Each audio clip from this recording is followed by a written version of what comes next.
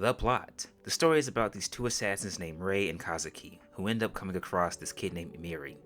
While completing a job, the two end up taking her in, and while she is living with them, she makes things a living hell for the both of them. The characters. Kazuki. If you're going to have two dudes take care of a kid, then one of them has to be the woman, I guess.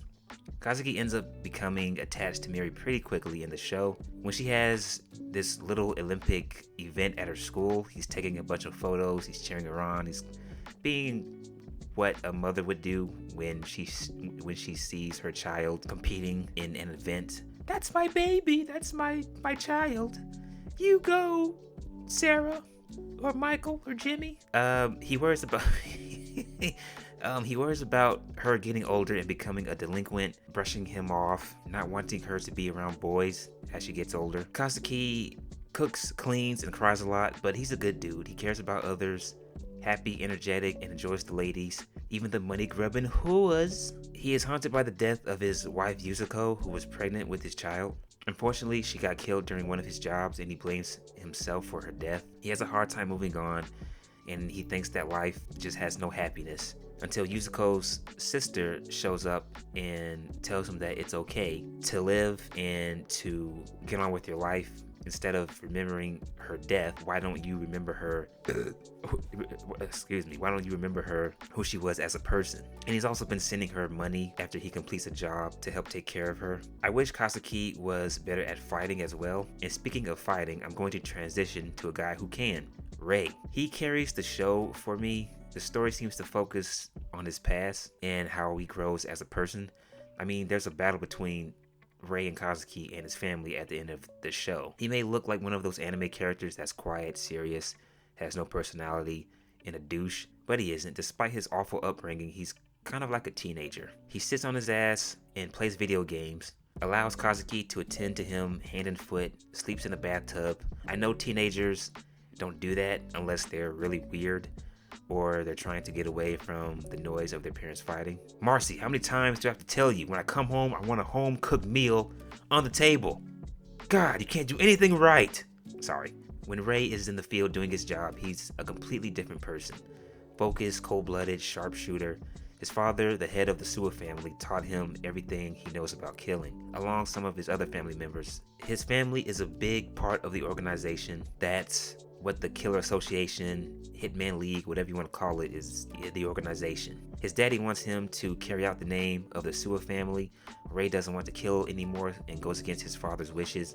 Chooses the life that he has already with Kazuki and Miri. He learns what it's like to have a home-cooked meal, nurse a child back to health, be around people that cares about him, sleep in a warm bed. Rei gradually shows more emotion and comes out of his shell. Miri. When this little girl comes onto the scene, it's ridiculous. She's running around all over the place, looking for her papa, who gets killed in the first episode. Also her mother, who is absolute garbage when Kazuki first meets her. Then she comes back wanting to make a change and take care of Miri. She ends up getting killed towards the end of the season, so her parents don't really have a huge impact in the show. But going back to Miri, she meets Kazuki in an elevator that she ran into while they were on a job. Miri can make you not want to have children. She has way too much energy.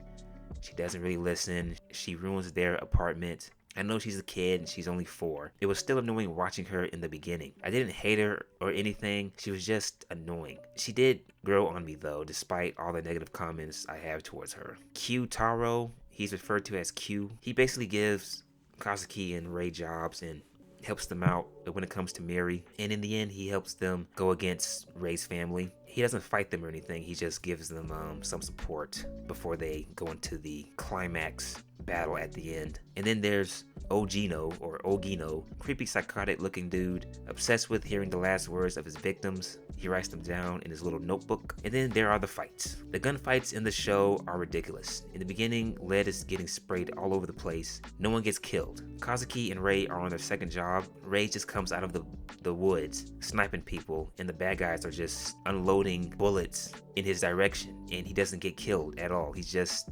walking in a straight line, sniping people, and not a single bullet hits Rei or Kazuki. The only fight that I enjoyed in the show, the only fight that it felt like the creators put effort into, was Rei versus Satoru. But overall, the fights weren't awful.